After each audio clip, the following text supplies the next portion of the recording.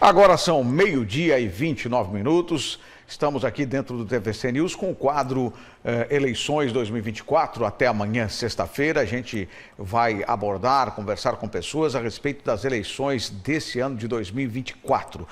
Tivemos, nas últimas horas, uma informação de extrema relevância que está no blog do jornalista Cláudio Prisco Paraíso.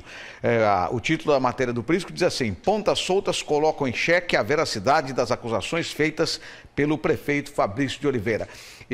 Essa matéria do Prisco Paraíso está embasada em áudios que teriam sido gravados entre pessoas que trabalham na Guarda Municipal aqui de Balneário Camboriú. Vamos acompanhar esses áudios com atenção. Você pode, inclusive, aumentar o volume da sua TV agora para poder entender exatamente o que eles estão falando. A divulgação de áudios entre guardas municipais sugerem que a Guarda Municipal pode ter sido usada como manobra política com o objetivo de atingir os candidatos Leonel e Juliana Pavan. As mensagens compartilhadas em grupos de WhatsApp sugerem que a ação da Guarda Municipal na apreensão do veículo do jornalista Glauco Piai no último dia 27 teria sido orquestrada para favorecer a campanha do atual prefeito de Balneário Camboriú, Fabrício Oliveira, e seu candidato à sucessão, Peter Ligrando, ambos do PL. O caso ganhou destaque quando o prefeito convocou uma coletiva de imprensa para tratar o caso como crime eleitoral. O assunto ganhou dimensão nacional e foi destaque em grandes veículos de comunicação, como a Folha de São Paulo. Os áudios entre membros da Guarda Municipal de Balneário Camboriú indicam que a corporação pode ter sido envolvida em uma manobra política, o que coloca em total descredibilidade as alegações do prefeito e sugere que toda a operação teria sido montada. Confira agora alguns trechos dos áudios. E me conta a fofoca aí, que história é essa dessa ocorrência aí que estão dizendo que acharam o dinheiro da campanha do Pavan em Balneário? Ah, velho, isso aí já imagina o que é, né?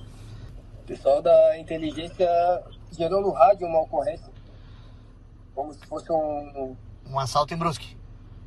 Isso, um carro que estava vindo de Brusque, que tinha cometido um assalto. Vindo sentido Balneário daí? Isso, aí passaram um deslocamento ali do carro, acho que eles estavam acompanhando. A inteligência daqui estava acompanhando um assalto em Brusque. É estranho, né? O Castanheira e o pessoal que faz do pós-crime aí da Guarda. A Guarda tem um pós-crime agora? É, pra te ver. Meu Deus. Aí foram pra delegacia, aí parece que na delegacia foram apresentar como crime eleitoral. Por quê? Então, que um assalto a Brusque virou um crime eleitoral. Mas por que eles tentaram... por causa do dinheiro ali que fala na matéria. Isso, é. Aí, durante a abordagem, o pessoal ficou procurando arma e tal. Será que eles mexeram no telefone do cara na abordagem? Ah, cara... Deve ter mexido, né? Porque... Provavelmente deram uma prensa ali pra tentar descobrir o que eles já queriam, né? Entendi. Foi uma situação que estavam querendo... fazer aí, né? Pelo colega que estava de serviço ali no dia que ele comentou, aí foram tentar apresentar a ocorrência e aí que eles se ligaram, os dois que estavam ali, se ligaram que era meio que uma tramóia, né? Os dois que estavam na Romu? Isso, foram meio que de gaiata. Eles já estavam acompanhando esse cara aí, o pessoal que só estava trabalhando em campanha ali, né? O pessoal da inteligência ou do pós-crime? Os dois, né? E aí parece que andaram pesquisando o cara aí. Foram no condomínio pra pegar a placa do carro do cara. Então ele já tava cuidando desse cara aí faz tempo, não sei, a fita toda dada. Será que teve dedo duro na jogada ou é coisa de política mesmo? Cara, acho que estão procurando alguma coisa política aí pra variar, estão usando a guarda para fazer manobra política, né?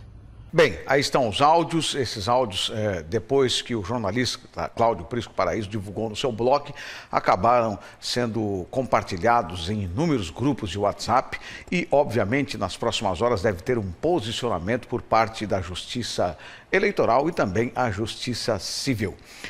O doutor Marcelo Vrena está conosco aqui, vai conversar no Eleições, até porque eu não tenho como não tocar nesse assunto com o doutor Marcelo Vrena. Uma vez configurada a participação de um órgão público, como nesse caso da Guarda Municipal, se confirmado, isso configura um crime eleitoral? Exatamente, nós temos aí duas situações, né? Nós temos a irregularidade, na verdade, da utilização de qualquer bem, serviço ou servidor, né, a despeito, a favor, né, se acaso vier a haver a comprovação. Isso daí é uma conduta vedada, é o abuso de poder político, que a gente pode dizer, né, e isso daí é lógico, tem que ser apurado, e pode ser apurado através do que a gente chama de ação de investigação judicial eleitoral. Há uma ação no campo eleitoral, onde visa justamente o quê? Configurar ou não o abuso de poder, no caso aí, talvez seria o entendimento de abuso de poder político, certo? E aí sim que pode dar efeitos justamente para a campanha, que pode representar quem se utilizou da instituição, quem se utilizou do órgão público, né, em benefício de determinada candidatura. Então, nesse sentido, pode haver uma configuração nesse sentido, mas é lógico que é uma coisa que tem que apurar, né? Um simples áudio, eu não sei quais são as figuras que estão retratadas nesse áudio, né? Também não há certeza também quando aquele que se identifica como guarda, por exemplo, na da conversa, não há certeza sobre o fato em si. Foi ele que fez o acompanhamento ali, no caso dos fatos, ele que estava junto na guarnição, entendeu? Então, e tudo isso dá para ser analisado, inclusive, trazendo documentos do próprio sistema de operação, né, que a guarda, no caso, teria esse tipo de controle. Mas ainda também é superficial, né? Assim como é superficial também é outra situação, então assim, infelizmente, as partes acabaram todas acordando no termo de compromisso com a OAB, que foi proposto, inclusive, pela Comissão de Direito Eleitoral, da qual eu presido, né, juntamente com a OAB, né, de tentar aí construir uma campanha limpa. Isso talvez é uma previsão que nós fizemos lá atrás, todos assinaram esse termo de compromisso, né, e as coisas estão aí acontecendo. Então, assim, nós estamos vendo com muita seriedade, são fatos graves, é lógico, envolvendo várias partes, né, envolvidas no processo eleitoral, mas aí já demonstra talvez uma desconexão com o termo de compromisso que foi firmado, né? E foi firmado no sentido de quê?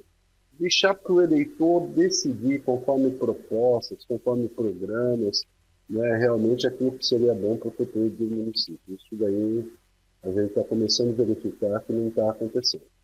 Certo. O judiciário eleitoral, o juiz eleitoral, ele tem que julgar isso antes da eleição ou pode ser que até ficar pronta a peça ele tenha uma decisão depois da eleição? Isso tem um efeito e pode suspender a candidatura de alguém que esteja envolvido nessa situação? Olha, quando a gente tem ilícitos flagrantes, né, digamos assim, a compra de voto acontecendo no ato e tal, a gente pode até ter uma representação nesse sentido, que seria a questão da captação ilícita de sufrágio, e aí já pode ter uma decisão liminar, né, nesse sentido. Mas que inclusive impede a pessoa de chegar na urna, né, isso é uma coisa muito flagrante.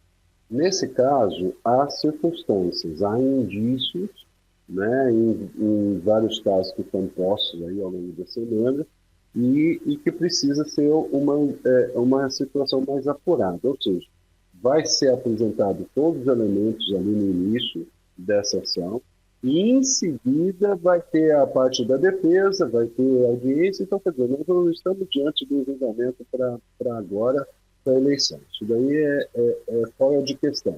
É lógico que nós podemos ter uma cassação de mandato futuro, a depender dos casos, né, das ações de investigação judicial eleitoral que foram propostas, né, e o que for conseguido realmente de prova robusta. A Justiça Eleitoral, ela requer 2 requisitos para haver esse tipo de condenação. Primeiro, assim, que as provas sejam robustas, né? E a gravidade do fato, certo? A gravidade. A potencialidade de mudar aí a decisão do eleitor, isso daí não se exige mais. Mas a gravidade do fato, isso daí é importante haver ali essa caracterização. Se houver a gravidade do fato e houver realmente esse requisito aí da prova robusta, né, aí sim, aí a gente pode falar aí em julgamento, onde pode haver ou a cassação do registro, se ocorrer antes ali da posse, ou então a cassação de mandato, né? No período de 2 anos, nós vamos ter aí, lógico, um novo pleito e tal, e aí aquela confusão que acaba tendo, né, e as pessoas sem entender muito bem o que deu início, né, o que deu origem. Porque, às vezes, muita coisa não são noticiadas, né, não se torna um fato notório, como vem acontecendo em Balneário Camboriú na última semana. Né, nas últimas 2 semanas, pelo menos, a coisa vem criando proporções assim, e tal, vem repercutindo na empresa. Mas, muitas vezes, as pessoas se deparam com cassações de mandato, que teve origem no processo eleitoral, mas não tem noção do que aconteceu para gerar aquele fato. Nós agora estamos diante de alguns fatos aí que são graves, né? A ser apurados, obviamente.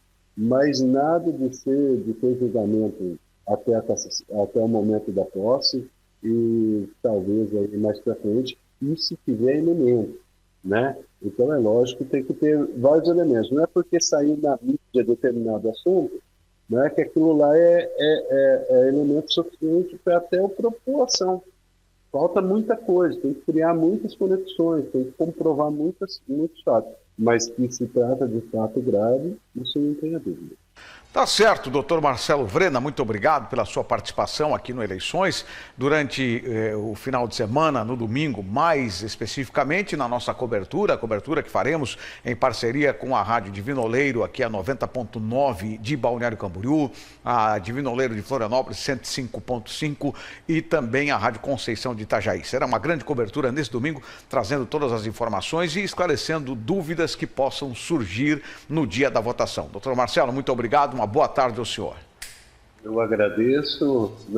Na próxima oportunidade, sempre que você me chamar, eu vou estar sempre à disposição. Muito obrigado a todos da TVC Panorama. Muito obrigado. Agora são 12h42, saiu agora uma nova pesquisa eleitoral realizada pela Tendência Pesquisa de Consultoria Limitada, contratada pela empresa Radiodifusão Tijucas FM Limitada, Rádio Mix 102.3 de Nova Trento. E aí os números dessa pesquisa, inclusive pesquisa que foi realizada agora, no dia 1º de outubro, na pergunta da estimulada se as eleições para prefeito de Balneário Camboriú fossem hoje, em qual das chapas a pessoa votaria, 43% dos entrevistados válidos optaram por votar em Juliana Pavan, enquanto que o segundo colocado, o candidato Peter Lee, alcançou 28% dos entrevistados. Na espontânea, os números alteram, 37% para Juliana Pavan, 37,6% e também 23,8% para Peter Lee Grando. A gente agradece muito a sua companhia, lembrando que amanhã é sexta-feira, nós precisamos estar tranquilos. É muito bom quando temos consciência em quem vamos votar. Aliás, esse é o grande gesto do final de semana. O destino da cidade está na minha mão e na sua mão. Que a gente possa, na urna, escolher de fato a opção mais limpa, mais clara e com melhores propostas para a nossa cidade. Muito obrigado a todos, uma boa tarde.